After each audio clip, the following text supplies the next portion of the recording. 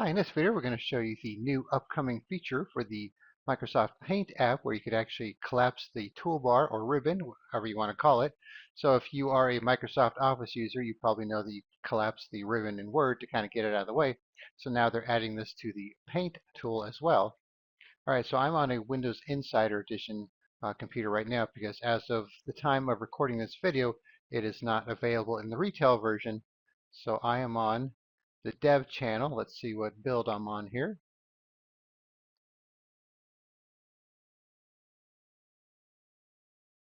25H2 at 26220. Alright, so if I open up Paint here, and if I click on the gear icon, I can see what version of Paint I'm on. So I'm on 11.2511.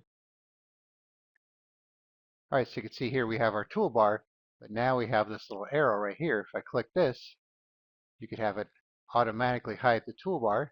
And when you do that, it hides it, and you have a button here to show it. And even when you close it and reopen it, it'll still stay hidden. And you click on this, it'll show it again. And if you close it,